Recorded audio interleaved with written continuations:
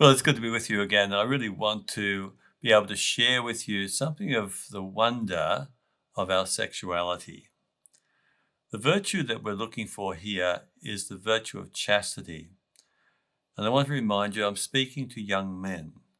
And young men, of course, like everybody, struggle with chastity.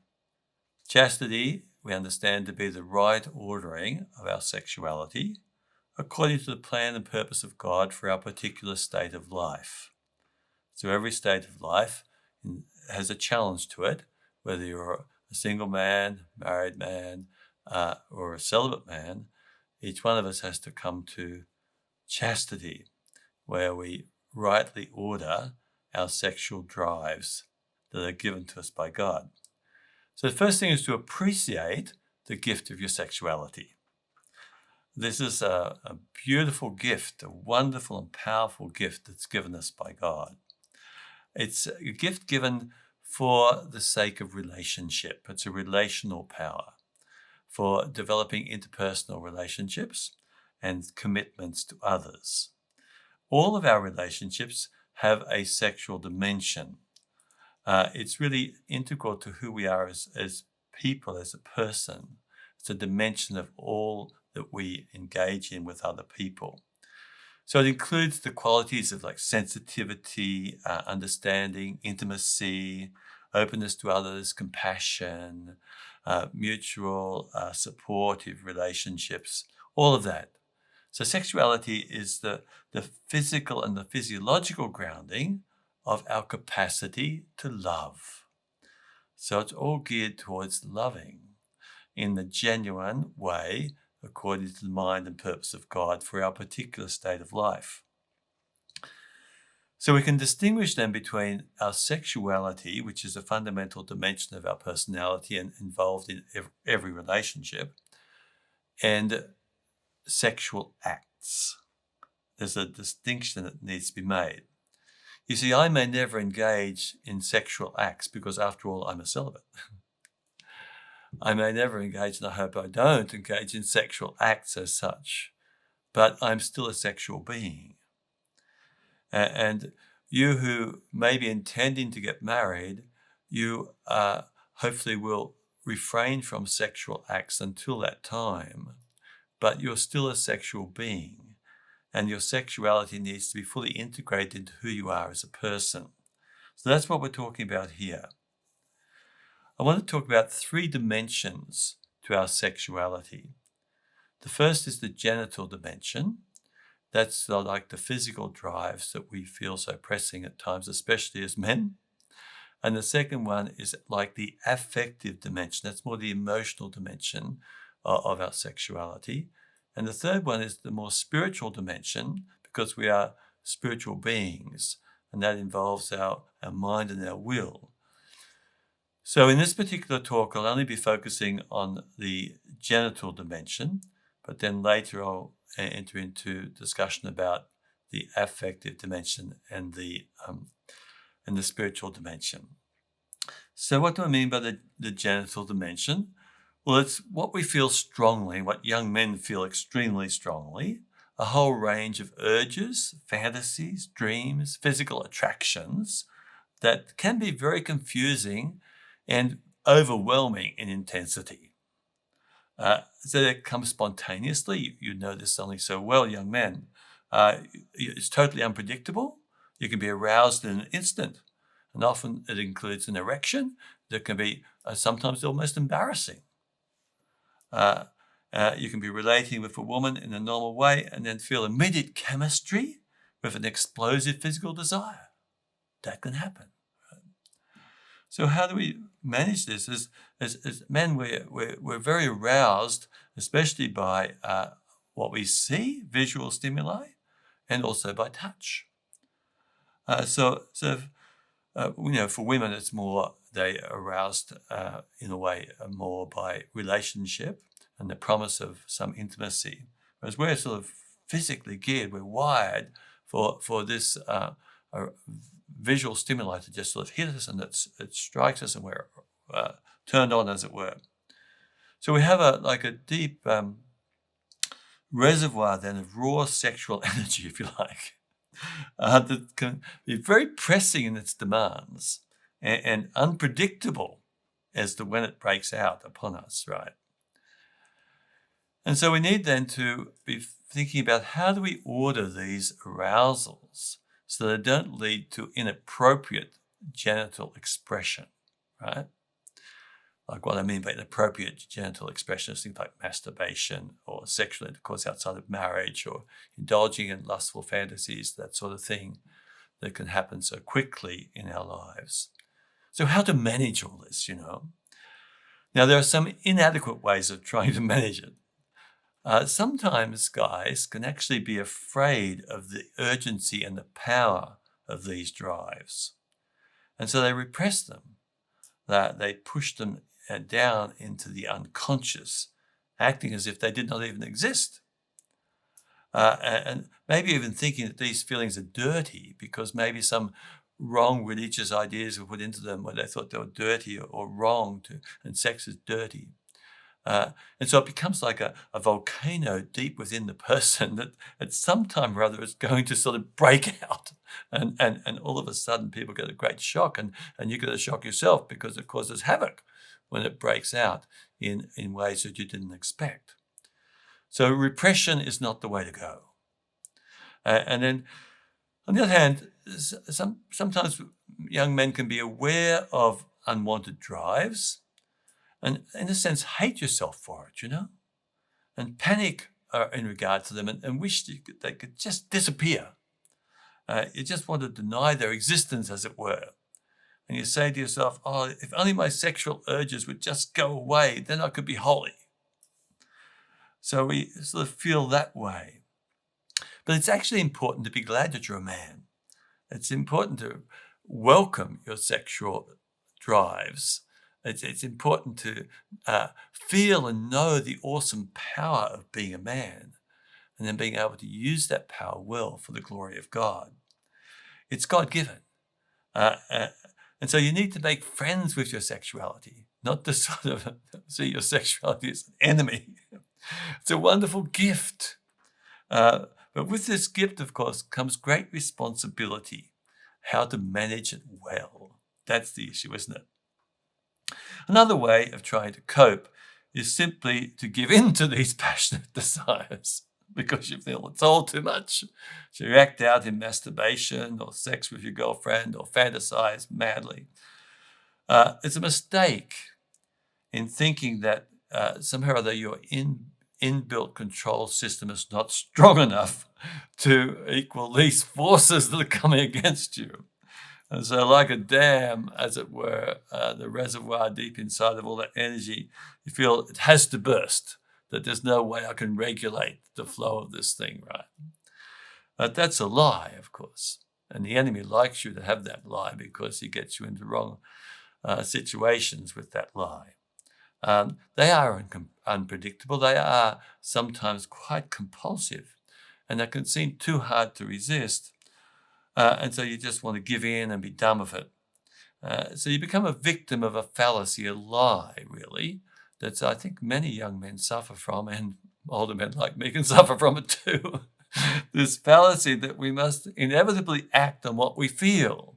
If we feel the intensity of it, and so we think, oh, well, I'll just have to act on this. There's nothing else I can do but just give in to the whole thing, and then it'll be over, and then I'll go to confession, and I'll be better next time, right? It's a bit like that, right? So we have to aim for chastity. It's a beautiful virtue that can develop in us to gain a self-mastery over our passions and be able to channel our sexual energy into creative activity. We need to be able to say no to the inappropriate urges that come upon us, right? And it's only by God's grace, actually, that we can really order this power within us. But we can, by the grace of God, and by an act of your will, to not repress these drives, that's like sort of holding them under until they burst out, but actually to what we call suppress them, That is, don't allow them to have the power that they want to have at that particular moment. So you bring them under control. You become a master of your own body, rather than allow your drives to be master over you. So you learn to suppress the images that come up. You put the cross of Jesus into the images. You learn to, own the feelings, not to allow those feelings to consume you at all and to determine you. Because feelings are actually good servants, but they're lousy masters. And that's for your sexual feelings too. They're good. There's nothing wrong with them, but you must master them. And so when these urges and desires come and demand satisfaction, you are in control by the grace of God, because every virtue, of course, is under the grace of God, and we cooperate with God's grace, making choices that are truly in Him. So you choose not to let them to dominate you. Now, of course, it's easy for me to say this before this camera, but when you're in the heat of a temptation, it can be more struggle than anything that you have to struggle with. But when we say to suppress it, we don't mean to repress it. It's not a negative denial of these urges. You do that if you're frightened of the urges, if you feel you can't handle them, but you can manage them. It's not as if you're totally out of control. By the grace of God, you can actually choose not to have them dominate you. But it does mean there's a dying involved.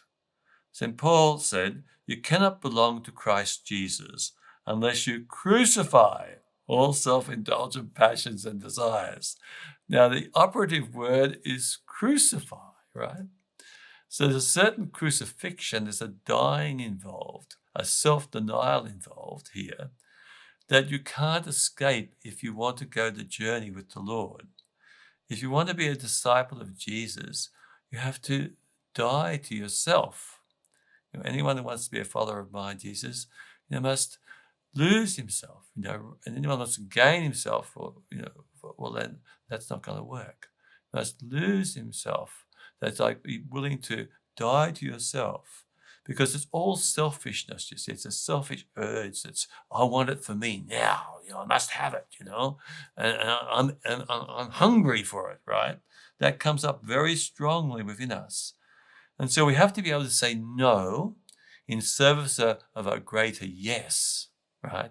The yes to God, the yes to your own self, because you feel so bad after having fallen in this sort of way, because you know it's wrong. But when you're able to say a yes to God through the no to these demanding desires, then you're coming into that place where you're crucifying all self-indulgent passions and desires. So remember, to be a chaste man is to be glad about being a man. Glad about that you're not a neuter. You're not a woman, you're not a neuter, you're a man. And it's good to be a man. And not to experience your sexuality as a problem. So you're not afraid of its explosive power, but you know how to integrate this power, not to be afraid of its explosiveness. That's the issue, isn't it? So integration is a good word here into your personality. You're not allowing these things to become such a thing against you, as it were, that you want to just cut them out of your life, but you integrate this power into your own life.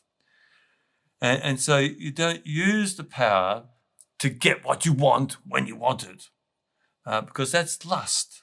It's using the other person as an object for your own pleasure, whether it's an image you're looking at of a person or a real life person, or you're using your own body to gain pleasure in a self-centered way. So you'll know that a chaste man will know that inappropriate sexual acts impact you deeply, and they wound you deeply, and they wound the other person if another person is involved as well. They leave a deep wound. I've prayed with many young men to be healed of that wound which they've brought upon themselves. And it actually warps your attitude to others if you allow this to become the perennial way in which you act. So a chaste man surely welcomes the gift of his manhood and acts responsibly with the gift, and only expresses his sexuality when it's truly in accord with God's plan for his state of life. So by the grace of God, and only by the grace of God, he'll gain self-control and learn to turn his sexual energy towards others in active service rather than in a destructive way. So the chaste man will grow in chastity by praying every day, gaining his strength from the Lord, going to Mass often as possible, taking advantage of the sacrament of reconciliation often, because if you fall or if you haven't fallen, we're always struggling in one way or another. To come to know more deeply the mercy of God and be strengthened through that beautiful sacrament of reconciliation so you can take up the spiritual battle again strongly. A chaste man will be reading scriptures often, living by the word of God. He'll take up spiritual reading or something from the net that will sort of feed him and give him inspiration.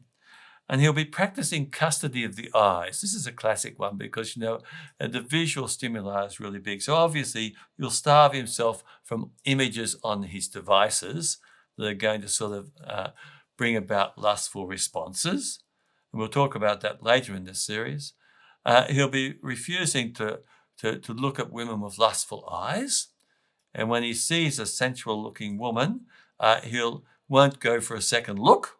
He'll actually learn to avert his eyes, but also learn to appreciate the beauty of woman, right? And be able to celebrate the beauty of woman. And that takes some time to do that without some sort of lust intruding. And he'll be gaining a strong vision for his sexuality. And I'll talk about that maybe in a later talk, where we need a vision for our sexuality. And I'm thinking of the theology of the body given by John Paul II, has now been popularized in so many different ways. And so get one of those books on the theology of the body, or see a video series on the theology of the body, and feed yourself with good stuff in regard to the real meaning and purpose of our sexuality, so that you can gain a vision for yourself as a chaste man.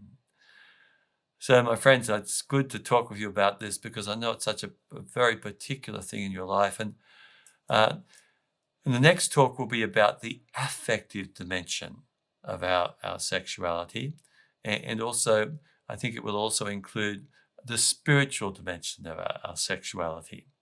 It's good to realize the beautiful gift that God's given us, that yes, we have these physiological urges within us that sort of drive us towards a sexual union, but we need to, of course, be able to place them in right order. And then, of course, we have affections, which I'm going to talk about next time as well, which is the emotional side of seeking intimacy. And then also we have, of course, the spiritual dimension, which is critical for us to realize. So I'm looking forward to continuing to talk with you about this in the ongoing series, and bless you.